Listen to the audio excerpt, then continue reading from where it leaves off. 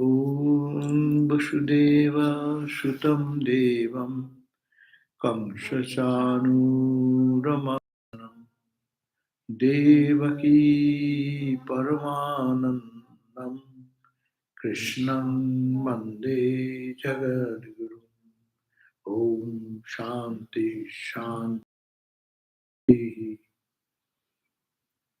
We salute Bhagavan Sri Krishna, who is the son of Vasudeva, who is the destroyer of the demons like Kamsa and Chanura, and the dear darling of Mother Yashoda. Devaki. Devaki Paramananda, Mother Devaki, and the Guru of the entire world. We salute him again and again. So we are back to our reading of the Bhagavatam, and we are reading in the book 2, chapter 2, and verse number 22. We will be starting today. Last time we read that how a yogi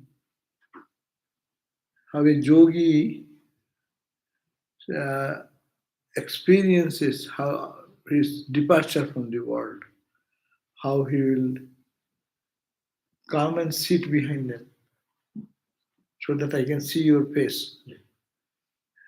Go little one step, left, space out, because we are still COVID situation, so little space out.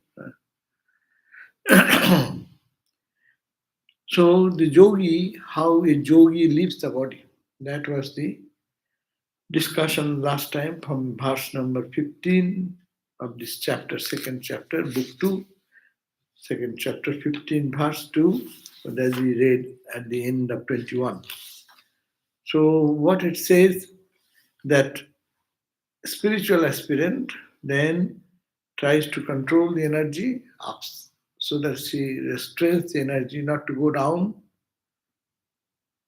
and then raises the consciousness one layer after another layer in the chakras, come to the heart chakra, and then goes up to the bottom of the neck. That is, up to that range is the heart chakra's range. And it moves from there to this chakra here, and then from the spine up the back, he is saying that he raises his consciousness higher up, and then let it go to the Brahmana, that is the crown chakra. So the vital energy that resides in the navel, we read that should be raised further to the chest anahata and united with the aspect of vital energy, which is prana energy residing there. So pranavayu, udanavayu, pranavayu. Then from there, the aspirant should, with the help of his willpower, carefully raise the energy little by little to the root of the neck, that is Vishuddha chakra here. We show it here normally, but it is the backside. So, and until, and unite with Udana. Udana Vayu is the upper side Vayu. Udano, Prana, Apana, Udana. So they are the function of the different functions of the same vital energy as force. Prana Vayu. Where is that boy? Horse? He doesn't know? Maybe not. The vital energy residing there. And from that point, the energy should be raised to the root of the tongue. That means the next chakra, which is the upper limit of the Vishuddha chakra. This chakra range up to the with the upper limit Vishuddha tongue. Just below the tongue is here. And then that should be raised from there to the middle of the eyebrows, the Agna chakra. And that means this chakra going down there. The 7 orifices of the eyes, ear, nose, and mouth should be then restrained to prevent so the pranavayu energy does not get out through the ear to the eyes. So checking all these lower points of movement of the pranic energy, the yogi, because they practice their spiritual discipline, so they have the control and they check all those points, not the last vital energy should not get out through these lower planes of consciousness.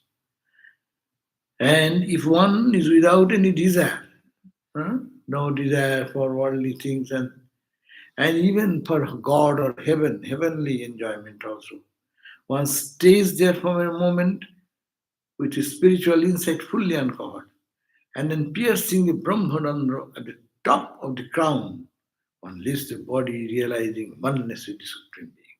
So that is the greatest yogi who reach transcending their limitations from chakra to chakra to chakra to chakra, and restraining all the energy not to get out through any other chakra other than this crown chakra. So that we read the other day. So we start reading today from verse number 22 on page 100 of this book. What does it say? It says, how a yogi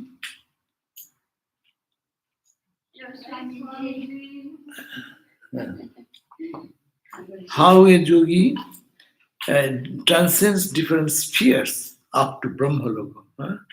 There are also spiritual spheres raising the consciousness from one level to the other level to the Brahmaloka, the plane of the Brahman.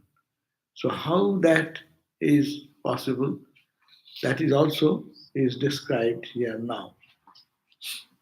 Good. So the world of becoming, which is the product of the combination of the gunas prakriti, has several levels of regions. What it says, Bhagavat says, verse number 22, which is started, there are this world of becoming. This world has become. Don't sit that way. Earth, come and the wrong place? No, you sit. You sit in a way, no, in the back. And come here, this corner, so that we can see the face at the same time. So you are not using mask anymore to try to use it, because we have recent some of our nuns also got something there in the retreat. Better to keep it. I'm doing it because I'm now speaking. I cannot. Of course, I have it in my pocket. So 22nd verse says that this world of becoming, what is this becoming means? Become. It was Brahman. Brahman has become the world. How it become? In becoming means in this not only in the gross, but in the subtle level, there are planes of higher consciousness. Bhur Bhuva Swa. Mahajana Bhur Bhuva Swa. Tatsavituna Bhu Bhuva Swa Mahajana Tapasatya. So 7 planes they call higher and higher. And Tala, Tala, Vitala, Sutala, Tala, Tala, Rasatala, Patala. These are different planes. We live in our own level of where our mind resides. Where is mind, we live in that consciousness. No? People can live in this world in a hell. Or people can live here in the contact of the divine entities day and night and totally absorbed in God and joy and bliss. Outside things are happening, it does not matter, because they have the power to keep the mind in another level. So what it says here, this world of becoming, what is this world? Is the product of the combinations of the 3 gunas. Sapta, Rajas and Tamas, 3 gunas, permutation, combination, the entire universe of becoming. Not only the gross, the subtle level also. There are a punishing world of what we call the downgrade hell, and enjoyable fun and enjoying and this and that to the serenity, to more serenity, like Swami Vivekananda in the plane up where even no ordinary people can give, no gods can enter there. In a higher realm than that, he is steeped in samadhi, almost merging, but not yet merged. Almost merging, not yet merged. So these are the different levels. So he says this entire universe, wherever you go, highest peak to the lowest one of creation, this is made of the three gunas, huh? And also of Prakriti, and has several levels of regions. If the yogi is desirous of any of this, like the Brahmaloka or the region of Siddhas, and the Siddhas means those who are perfected people, they live in that. So there are similar type of people who have done the spiritual practice and raised their consciousness in such a level, they live there. That's why we want to go to Ramakrishna Loka. Means what? There will be the presence of the mind, will always feel the presence of Ramakrishna, Holy Mother, Vivekananda, Brahmananda, Shivananda, all these luminaries and uplifted souls. And not only that, dancing and singing and joy and blessings is going on as we read in the gospel and other areas. So that type of experience will happen and he will live in that consciousness. So long he lives in the level of the mind is living in the physical body now, we see this realm of reality. Mind raised into another level of consciousness, you will see the another life. Psychological patients. You go to everyone, some is hallucinating, some is seeing this. Some spiritual people, they are also seeing something. Some divine entities, Mother Durga, some is seeing Kali, some is seeing Christ, some is seeing feeling the presence of the saints. No? So different levels of consciousness. Siddhas. Then he leaves the body alone, the indriyas, organs, and manas. So that's the world of becoming. That means this world of becoming, which is the product of the combination of the three gunas. It is nothing but the combination and permutation of these gunas of the Prakriti. It has several levels or regions. Finer level, subtle level. That's why gross, subtle, causal. But in one jump, we cannot say this gross to subtle. So there are all infinite number of planes in between gross to subtle. And then subtle to causal. Here is the causal.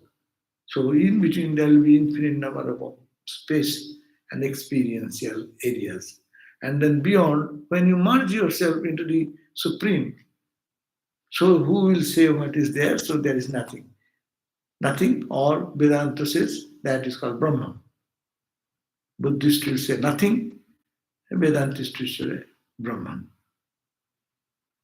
If the yogi now desires of any, is desirous of any of this, like the Brahmaloka or the region of Siddhas, then he leaves the body along the indriyas, organs, and manas. That means they leave their body through the senses. So let us see what senses mean. 23rd verse, 22nd verse says, Jodi proyasa nripa paramescham vaihayasana bhuta jadviharam astadipattam gunasannivaya gachantam indriyasya. Those in that it is the plane of the senses. Senses are eyes, perception, sense of perception. The movements of the masters of yogi, who have become subtler than even air, are unrestricted both within and without this cosmic sphere. So the movement of the masters of yoga, those who have done practice of yoga for a long time, they don't live in the physical plane. They live in the mental plane. So they who have become subtler, not this physical, but in a subtle, like our dream. You just compare yourself, then you have to glimpse of that. In dream, we sleep. Suppose 1,000 people are sleeping and 1,000 people are dreaming. Everyone's dream is different, no? In the dream, someone is having fun time. Someone has been terrible fighting going on. Someone is torturing someone. So all this according to the mental condition, each one's mental condition. They are in the different, though apparently their body is in the physical level, their mental level is so. So you can understand that if the mind by spiritual practice, one raises the consciousness. So we may be all the people meditating, but our mind will be in different plateaus, one level to the other level, one dot to the another dot. No? The infinite number of potential possibilities are there. So the movements of the masters of yoga who have become subtler than even air. How they become means they live in that consciousness which is subtler than the air. That means finer. Air is a gross, the air we are breathing is gross air. They are subtle air. No? There in the Vedanta Sara, those who have read, you will know. Apanchikrita panchabhuta. It's a technical term.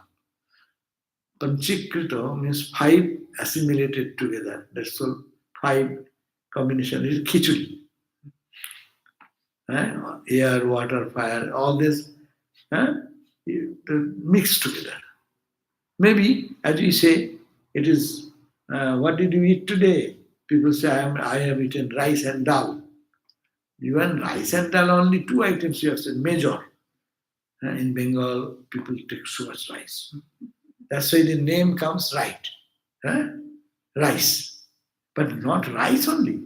So many other items there is, they prepare so many 5-10 items, other items. They don't talk about that. Some say, what is the food you ate today? Pasta. Did you eat only pasta?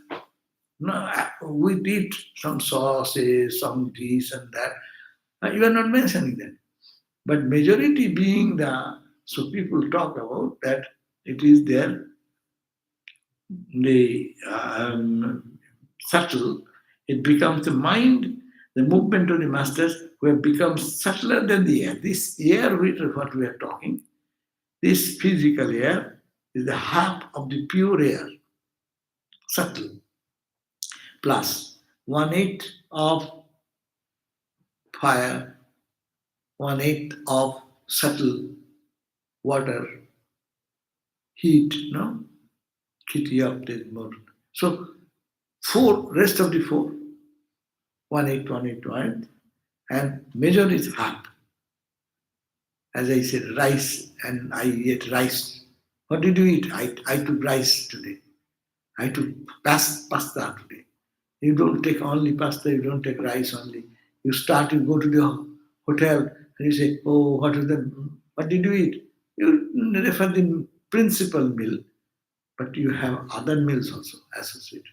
So similarly, principal air, it is air, physical air, is the combination of major part of is subtle air and the rest of the other parts all combined together creates this physical air. So you now rise into subtle level. So subtle, you live in the level of subtle air, subtle fire, subtle kshiti of this modern fire. So the movements of the masters of yoga, when I become subtler than even the air, that means this body is now heavy, no? But when you live in your mind, nighttime dream, how you weigh? If anyone weighs your dream body, it will be lighter than the air. This air. So that's why they are saying that it will be who become subtler than even the air, are unrestricted both within and without. This cosmic sphere, naturally he can move here, he can move there. If the air can move everywhere. If it is finer than the air, then it can go to Brahmaloka, to Naraloka, to Devaloka, to Pitriloka, all different places it can move according to their own capacity. Those who are devoted to Vedic ritualism, they have done jagna, offering oblation, chanting the Vedic mantras, Vedic hymns. and they offer some Vedic sacrificial fire, then those who are Vedic ritualism can gain the exalted goal of these aspirants who are endowed with knowledge, austerity, yoga, and samadhi. So, by those who are doing Vedic ritual, that's why it says you by jhana you can attain any level you want to go. You can be human, you can be God, you can be demi. Actually, you go to the Gandharva Loka, Deva Loka, Pitri Loka, Gandharva Loka, any with your own spiritual practice, offering jhagnas, oblation to the jhagnas. That's why in ancient time, jagga, it is called the jagna, that is so popular. You can reach heaven, you can be a king, you can be this. By only performing jhana, the merit of that jhana will carry your subtle body into a plane, into that, where you can enjoy what is your cherished desire. So the Vedic ritualism, those who are devoted to Vedic ritualism cannot gain the exalted goal of these aspirants who are endowed with the knowledge, austerity, yoga, and samadhi. But they are practicing yoga, who are practicing austerity, who are practicing samadhi, these ritualistic person cannot reach that, the ultimate. They can reach to go their lower planes, but he cannot reach that plane, which is the highest plane of Brahmaloka, because they are talking about Brahmaloka. Passing through the luminous orifice of the Sushumna. Now it is saying that the energy was lifted. No, we are talking about how to meditate in that chapter. It is going higher and higher from the chakra to chakra to chakra and came to the crown chakra. And then passing through the luminous orifice of the Sushumna, this is the Sushumna, and traveling the path of Brahman in the spiritual firmament, the liberated jiva of the latter type first attains the sphere of Agni. These are, you have to believe it. How do you know? Wow, it may question. How did you go? Because when they leave the body, they are saying because they're yogis, they have their control, and their Brahmaloka, it's penetrating the crown chakra. Then the subtle body, it goes up. When that they traversing the path of Brahman because they thought so much control. How did it come? They thought day and night of Brahman. That's why it didn't go to all the other organs and other areas and restraining in every corner. The body is lifted, uplifted. The subtle body of the soul is gone. In the spiritual firmament, so traversing the path of Brahman, the liberated jiva, this is not ordinary people, those people who have so much merit that they have liberated themselves by their spiritual practice. The liberated jiva of the latter type first attains the sphere of Agni. How it goes? It is the Agni Loka, you can say, the sphere of Agni. Freed from all impurities caused by desires. As soon as you go, fire kills, destroys all types of dross. So, being freed from all impurities caused by the desires, he then attains to the luminous Sushumna sphere, or the sphere of, I don't know, the sphere of the shape of a crocodile. There is a sphere. We have to hear. I cannot explain because only the yogis who can go, they can tell this guy, of Srihari. So they reach the plane of Srihari, that is the sphere, Sushumna sphere of Lord God, the ultimate. Hari. This book is talking about Hari the Narayana, the Lord of the universe, who is also called as Krishna, incarnated Krishna. So they go into that plane of Hari.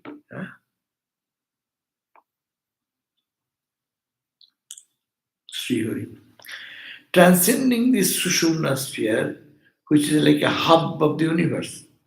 He attains to an extremely subtle body, which is unaccompanied by any deity. He attains to Mahaloka, Maha, which is the most venerated abode of those who contemplate on Brahman.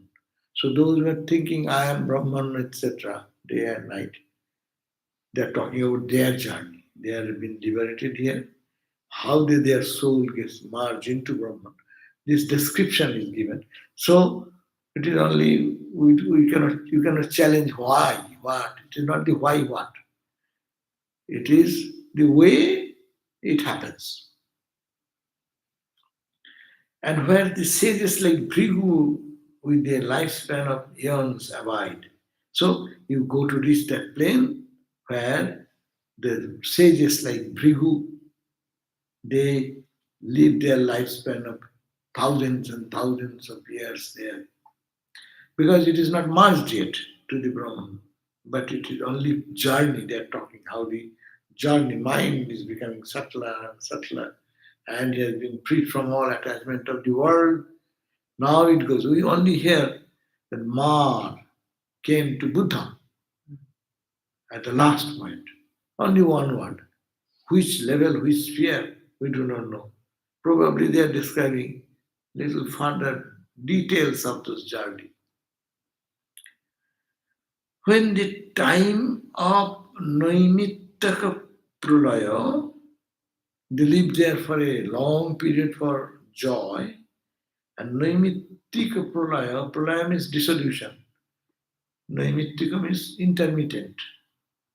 This world goes into how many times the world has been destroyed and again it came in the same creation, in this earth, planet earth.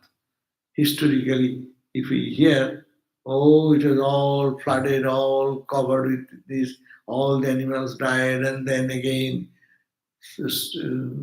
creation started. So it is called intermittent pralaya, intermittent dissolution of the fiery heat emanating from the mouth of the Adiseshu, birth of all the three worlds. The yogi halting at Tapoloka leaves it and migrate to the still subtler and more transcending region of Brahma, to be the most highly evolved jivas, and which lasts for two parardhas, that means immense stretch of time, which constitutes the life of a Brahma. We are talking of joy, no? Spiritual life is joy. But how do you know? Here is a joy. And maximum joy, what do you get here? That is the limit. Now your mind traveling by yogic practice, we are saying that this so long in the body, you can feel sad. You can say, mind has gone up, you good meditation today, you find joy in it. But go to higher and higher and higher. Now it is not that question. It is the yogi is departing from his body. So as they're crossing all the chakras, piercing the Brahmarandra, it becomes lighter. The soul, his body is so heavy, but this mind body is so fine. It is like lighter than the air.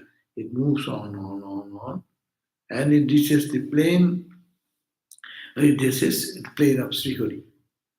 And then the transcending the Sushumna sphere is a hub of the universe, as if the whole universe is rotating from that source, hub of the universe. He attains to an extremely subtle body, which is unaccompanied, and he reaches there. Who takes him there? No gods and goddesses can go there. It is by own purity, it's by own long practice, it reaches there. Unaccompanied by any deity, he attains Mahaloka. Bhur Bhuvasa Mahajana Tapa. He's talking about Mahaloka. Mahaloka means above the Bhur Bhuva Swa. Bhuloka means the earth plane. Bhuva is the interspace. Swa is the heaven, normal concept of heaven. Maha is further up. He attains that Mahaloka, which is most venerated abode for them who meditate on Brahman, who contemplate on Brahman. And where? And that plane only, or not ordinary sages can go and stay there. The sages like Bhrigu, with a lifespan of infinite time, eons means thousands and thousands of years. No? When calculation of time expands, so they live there in that abode. When now staying there, and now even the Naimittika Pralaya means immediate dissolution when happens. That means in that time what happens? The fiery heat emanating from the mouth of the Adi Sesha, Narayana, no? Which lies in the serpent, lying that. The symbolic that. But this fire which comes out destroys all the desires, burns there all three worlds of the yogis in the three worlds, Bhu, Bhuva, Swa, these three lokas, there burns all these three worlds, the yogis of the yogis and the halting at the tapo loka, Mahajana, tapo loka. Leave it and migrate to the still subtler and more transcendental region of Brahma, which is resorted to be the most highly evolved jivas and which lasts for true prarabdhas, immense stretch of time, which constitutes the life of Brahma. So these are all concepts of longer joy, higher joy, greater joy, prolonged joy. No? That's why in the Anandavalli, it has been of the Brihadaranyaka Upanishad. It says, the joy one young man gets here is multiplied by 1,000 times. Suppose that joy which one young man with a good health and enjoys the world, suppose he has become the emperor of the whole world, think how much joy is multiplied 1,000 times. So there is a calculation they have given. This is only indication. The joy is becoming bigger, so vaster and vaster, and people get stuck there. Because suppose you suddenly become billionaire, what will you do? And you billion, then you suddenly become trillion. Then trillionaire, what? You do not know how to spend the money. That's why yogis who do austerity and then they can stay there with them. No, you have that guts like that. Princely people can enjoy. No, we are hearing that our Swami Ishatmananda went to the Arab countries and he was invited for some interfaith meeting in there. That what is called whose? Riyadh, Saudi Arabia. It's a remarkable story. He was invited. And he was talking about the food, the amenities, the things they eat, the things they use for their food and for their dress and things. My God, gorgeous and so fine and so nice. And you cannot think of a little bit in any five-star hotel there. So there is another, but those people who live there every day, that is common for them. But you got greater and greater and greater and greater. That's why people all are expecting to go to heaven. Because if this joy is limited, there will be long joy. So not that is not infinite actually. Go more and more and more and more. So yogic practices, yogis go to higher and higher. So there is no sorrow in that realm of Brahman, no decrepitude of old age, no death, no kind of suffering, except the one painful feeling namely the sorrow which arises from sympathy for the jivas subject to endless suffering due to their non-understanding the merits of the divine service. It is such a high flight. That's why it is called a Buddha, state of Buddha. Buddha is a state. They could merge into the absolute, totally. But still they keep a little trace of their ego. What is the purpose? They keep a desire. What is the desire? Desire is no kind of suffering or any painful feeling. The sorrows which arise, only they also suffer. Even in that state, what? That suffering for all humankind. That's why there's a place from where avatars come. Or you can say the special adhikari we hear in the Ramakrishna's great master or the divine play. eh? So it is a sphere, higher and higher and higher sphere, where they don't have any need for themselves. There is all their sufferings gone, all their pain, anguish, everything gone. They are established into the endless joy. But still, they are not loss of pain. If they in that state, that pain does not remain in their heart. Pain to redeem the world, the sufferings of the world. That's why Shankaracharya said, Sacha Bhagavan, though he is Ajo, birthless, Abhaya, there is no decay or loss in it. Ajo Vishan Abhaya, Bhutanam Ishwaram. He is the Lord of the universe. He does not need anything. But Bhutanu Jigrikshaya, to help the Bhuta, created being, out of infinite compassion for them, feeling their suffering, they incarnate. So Adhikari Purusha also, they bring their associates. He comes, God himself comes and keeps these people to be in that place, not allow them to merge. Like Swami Vivekananda was willing to get into Samadhi. And Ramakrishna said, no, you will have to do mother's work. And he is trying to go to Samadhi, he can go, but will not allow. And said, until you finish my mother's work, you will have to do all this. Huh? So that is the point, that he feels the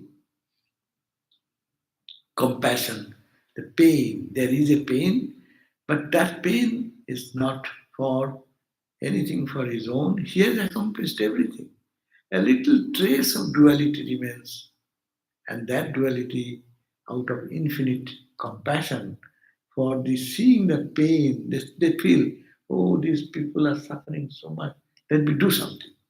Swami Vivekananda said, I shall be born again and again to remove the suffering of even one person in the world. No? Even a dog, if he has their understand that the person is one with the even the dog, suffering of the humanity, that's the part. So that means is transcend in different spheres, goes to the what we understand that Ramakrishna in the Gospel and other place says that it is called the merger before the Brahman, merging with the Brahman, not in that state. Little trace. So that's why it's called where Ramakrishna is to stay in this age. On that side is infinite, and this side is the becoming, the world, level of world, grows and grosser and grosser and grosser. Or from this side, subtler and subtler and subtler and subtler. This is the age of all subtleties. Brahma Loka. It is a loka means sphere. So it is a sphere of Brahman. That means not Brahman. You are talking about sphere, little trace of pure ego, and that ego of compassion, the ego of feeling the pain for the suffering humanity remains. Anyhow, that's it, just to know what happens. How the yogi passes beyond Brahmanda. How did it go? Again, verse 28. So the 28th verse says, how the yogi who has attained to the Brahmaloka, this plane, which is the highest state of Brahmanda, the shell enfolded universe. That means the whole universe you are talking about. It is in the universe of duality, transcending, transcending, transcending, and going to the last phase. Ramakrishna, it is called the Bhava Mukha. In that last state, how the yogi who has attained to this Brahmaloka, which is the highest state of Brahmanda, goes beyond it now, is described. Now they are talking about how it goes beyond that. All the categories evolved from Prakriti constitute these cells, and the yogi passes from the grosser to the subtler through the identification with each. So, this description they have given, and yogis practice and raises their consciousness like hiking. You go from the ground and go up, hike little up, one level, stay up to that level, enjoy the vista and experience and stabilize yourself. You go to Kailas, you'll be going like this, one step, one night, another flight, another night, 2 nights, 3 nights. No? Enjoy that plane and then go, go, go, go. So each flight has its own charm, own beauty, vaster experience of joy. Ultimately, you went to the Brahmaloka, but how will we be penetrating that also? So that is described here. All the categories that has evolved from Prakriti constitutes these cells, and the yogi passes from the grosser, the subtler, to the identification with each. They identify. I'm going to, I'll go to heaven and do that or karma and everything they reach there. Then say, no, no, no. I go to higher, next higher plane. So they do again japa, their austerity practices. And they also practice detachment. The detachment for other things. Otherwise they cannot go. Mind will pull them. So Buddha saw the Mar, but Mar could not do anything. Christ also, last temptation, they call. This temptation grossly they describe. How they will describe this subtle and see how difficult the language. Language is always complicated and we have no idea about that. So that's why saying they'll give up that gross to subtler, and subtler, and then they're staying in Brahmaloka. And then from there, the untouched by any element of fear, he with his linga sharira, subtle body, because that time mind is still there, attains to oneness with the earth, with the element. It gets, Baba, we don't understand what they're talking about. No? Just imagine, Prithvi element means element of the earth. From that, which is called the water, gross, earth is more gross, then subtler is the water.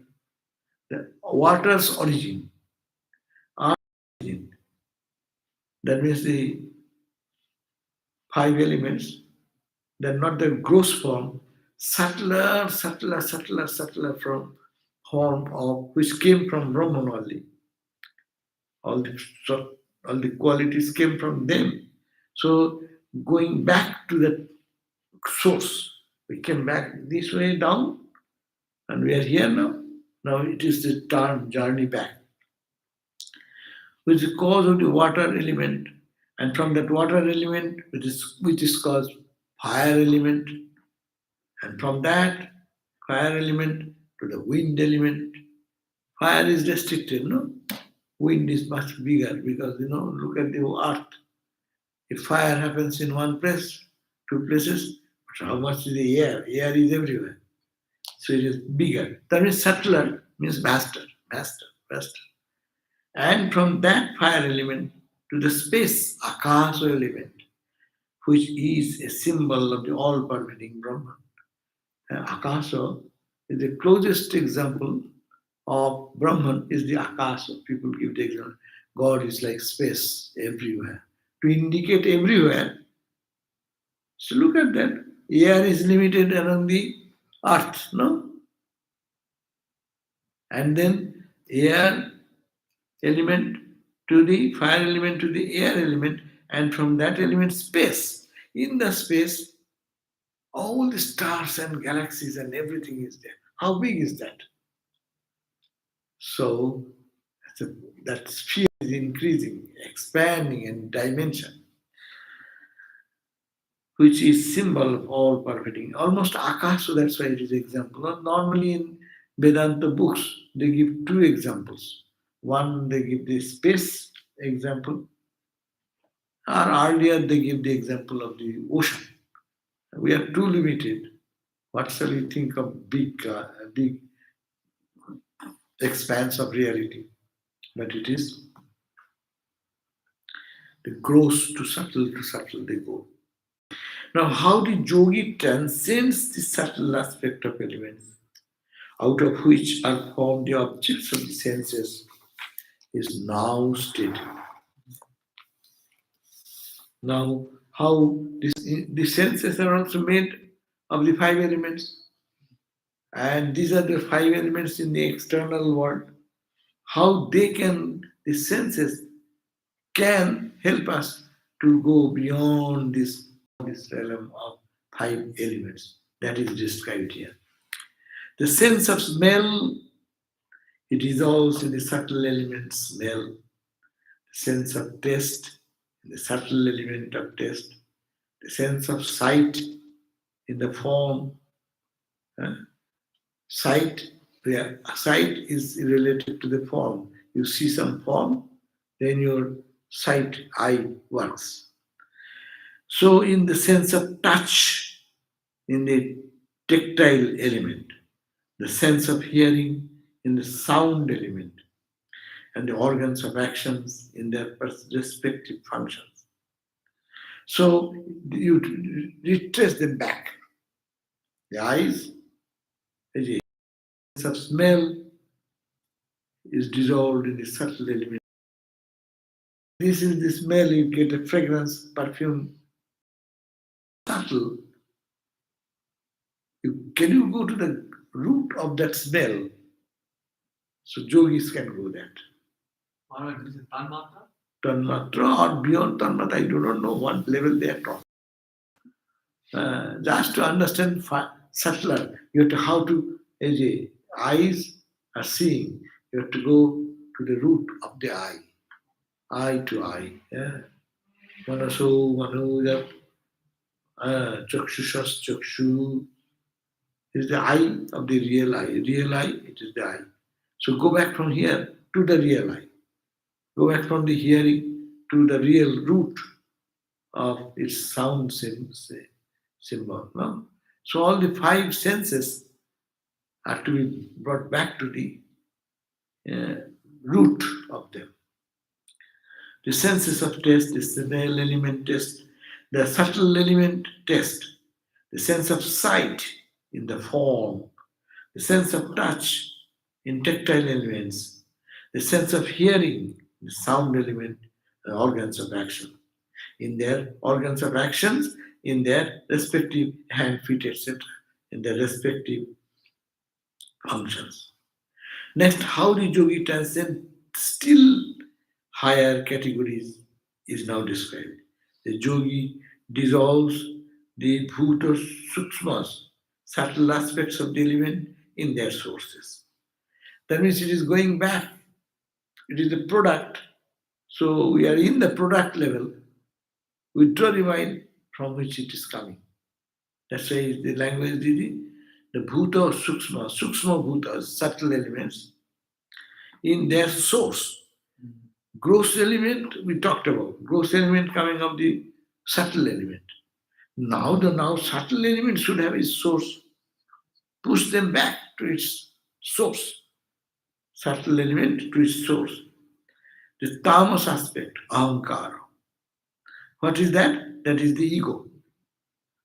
That means ego, so for us it is so fine, but it is gross in the eyes of the experience. This ego, our little ego, petty ego, identified with the five senses and five sense of action and five senses of perception. They are saying, bring them back to its source, bring them back to its source, and then ultimately it comes to the ego. The organs in there, ego organs in their source.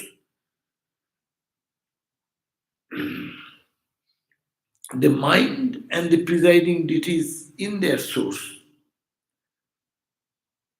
So, our ahankara has three types of ahankara. Sattvika ahankara, rajasa ahankara, and tamasa. So he says the tamasa aspect of ahankara, where when the yogis dissolve the bhuta suksmas, suksma bhuta, subtle element, it brings back to its ahankara, ego source. But that is called the tamasa ahankara. Now the organs in their source to rajasa ahankara, the mind and its presiding deities in their source of sattvika ahankara. See how we are going back. We know that are annamaya, pranamaya, manomaya, vijnanamaya, anandamaya. So anandamaya is the ego body, ego, I. I has three aspects: sattvika, rajasika, tamasiga. What is the tamasiga? Tamasiga ego is the bhutas, five elements, withdrawn into the subtle cause. That is the tamaso ahankara. And then ahankara is rajaso ahankara, ahankara is sattvika ahankara. Three types of, and then total we call the ego. So the organs, these are our five sense organs. Organs are to be brought to the resource sources. Rajasa, the organ means organ of action, etc. It is rajasic. So it is coming from the rajasa ahankara. The mind and the presiding deities, mind is subtler. That's why mind is called the 11th organ. Five sense organ of perception, five organs of action, and all are controlled by mind. If the mind is not there, hand cannot function. Eyes cannot see. Eyes see but does not see. Ear, hear but does not hear. So the mind is going back to the sattvika ahankara.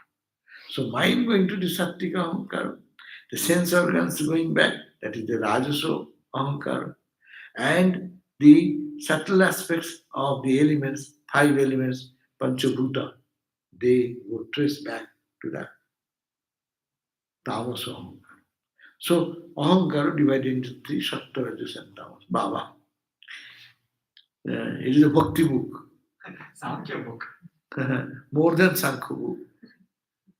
But there is no end of imagination of all this stuff, right? No, All imagination. these are imagination. No, this is our imagination because we have no concept. But who is saying? They are rishis. It is who is saying? Shukadeva is saying. Shukadeva is born Brahmagyani. So, big scientist, the greatest scientists. He's telling this for lower level, not his level to follow. But he's telling us to give us an idea, no? As we told about that the Swami went to Saudi Arabia, no? And he was entertained in which way they are describing. So what do you understand? Wow. Do you understand that what he has experienced? But people like us will get a glimpse of that understanding. That's why this description. Thakur tried to say this monk becomes subtle. He cannot speak. Okay, so then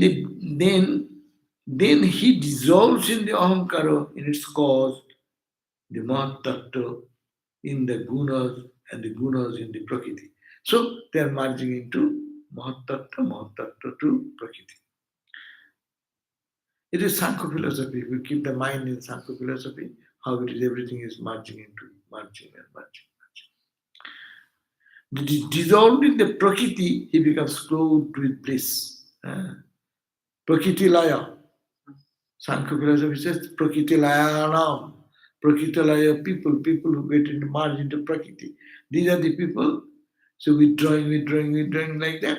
They go into the Sattika, Rajasika, Tamasika Yuga, and then it goes to the root, what is called the Prakriti, and dissolve that Prakriti, he becomes clothed. He becomes in such a level that he sees nothing but bliss all around. With bliss, and then abandoning all adjuncts, he becomes one in nature with the self capital, which is utter peace and bliss. So there he becomes absolutely individual soul, merging in that level, become established in perfect peace and bliss. O dear one, he who goes along the path leading to the Lord never returns to the lower sphere. If one can go penetrating the spheres and spheres and spheres, reach that level, he cannot come back again. O king, these are the two paths of spiritual progress, eternal, spoken in the Vedas, of which you wanted to know. First is the path of immediate salvation, and the other is the gradual salvation. You reach that point, how you go? Immediate, here itself. Or it may be gradual. You have come to higher plateau, stay there, enjoy that experience. From there, you go higher and higher and higher experience. Bhagavan Vasudeva himself revealed this to Brahma. You may say, hey, how do you say all this? It's only Bhagavan Vasudeva, the Bhagavan Krishna, has himself revealed this knowledge to Brahma, who worshipped him with great devotion in ancient times. This book is Vishnu book, so naturally Brahma should request fall at the feet of Vishnu.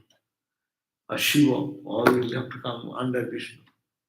That's it, to give us the good taste of devotional attitude to bring. There is no other path of spiritual fulfillment so easy and safe for being caught up in samsara as the path of devotion to the Lord. For Brahma himself impartially scrutinized the Vedas thrice with deep concern concentration, and the conclusion he arrived at was that the most efficient means of spiritual evolution is that what generates intense devotion to Holy. Yogis go this way, but by law, by devotional practice, you can reach there. So I can end here. Is up to verse number 34 on page 102. Verse number 34. 22 to 34. 22 to 34. Only 10 verses. Okay? So don't ask questions because I do not know all these. These are all the Bhagavat says. I'm just reading it. The yogis who practice how they transcend one plane to the other plane to the other plane. Really, how do we know? Without practicing, we cannot meditate a little bit. And this what happens, it goes to the plane and leaving this plane and higher plane to the three gunas, how the three gunas are merging into it, and how the tapasya, austerity, spiritual practice lead the yogis with the yoga of controlling this. They go to the sphere to sphere like that. But all this can be loved by only calling upon God. This is the beauty of this book. The yogic path is so serious and difficult. But you just cry to God. Take the name of Hori, by His grace it will happen. Ramakrishna, that's why he said, if you can cry for God, People are doing pranayama, kumbhaka. Pranayama, because of pranayama, the body can be made such that you stand still, it will be like no breath. Kumbhaka means breathing air is arrested. That means dead body. Dead body has no more any breathing goes. That's why so he has left the body.